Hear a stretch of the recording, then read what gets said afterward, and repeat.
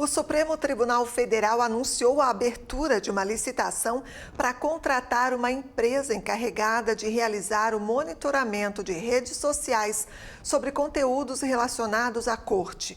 De acordo com o edital, o valor do contrato é de R$ 350 mil, com duração de 1 ano. A empresa selecionada será responsável por acompanhar perfis no Facebook, Twitter, YouTube, Instagram, TikTok e LinkedIn, para vedar a disseminação de supostas notícias falsas. As informações foram publicadas pela revista Veja. Assunto para o jornalista Tiago Pereira, que já está aqui comigo. Tiago, boa noite, bem-vindo. O que falar dessa licitação? Pois é, para surpresa de zero, né? Quase ninguém fica surpreso com essa decisão. Já é um processo, né, que vem sendo instaurado aqui no Brasil de podar, de ceifar, de cada vez mais diminuir a liberdade que eu, você, toda a população brasileira tem de se expressar, inclusive nas redes sociais. Boa noite a você e toda a nossa audiência qualificada aqui da Pix TV. Vamos aos fatos, como a gente sempre faz aqui nas segundas, quartas e sextas, né? Uma corte amedrontada, togados com baixa autoestima e preocupados muito mais com o que a opinião pública pensa do que com os autos. Assim caminha, infelizmente, o Supremo Tribunal Federal Brasileiro, que é, por ironia do destino, guardião da nossa Constituição. Uma nação ameaçada na berlinda para o fim da meia livre expressão, ou, pelo menos, o início disso.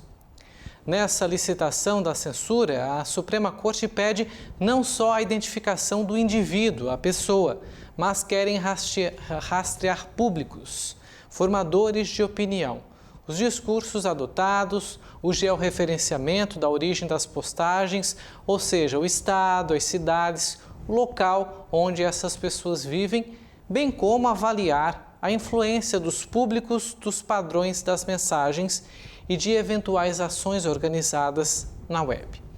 Como se não bastasse, os ministros receberão relatórios diários, semanais e mensais sobre os assuntos pautados pela Corte e debatidos e disseminados por formadores de opinião.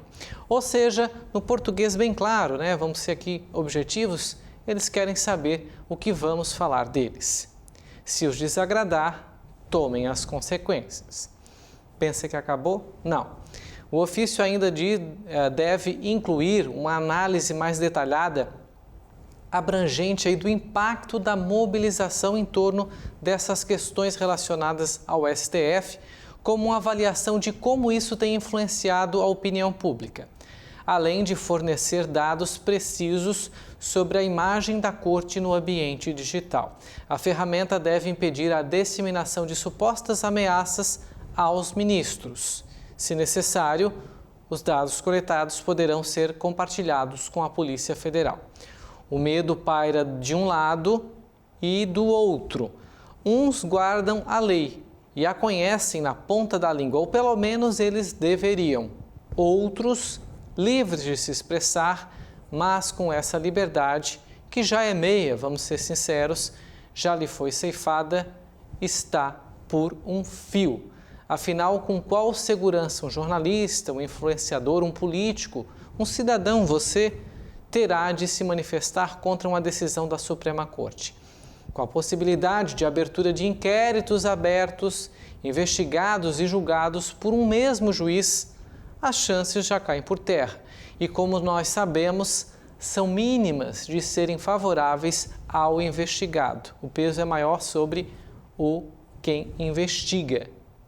E que provem o contrário, né? Porque o que a gente tem é aquele inquérito das fake news, o inquérito dos fins do mundo, é numa decisão monocrática, o Alexandre de Moraes julgando, né? Abrindo o inquérito, investigando, apurando os fatos, ele e a equipe dele, obviamente. Quando a gente fala o ministro, é a sua equipe, né? Eles têm uma equipe, cada um dos ministros.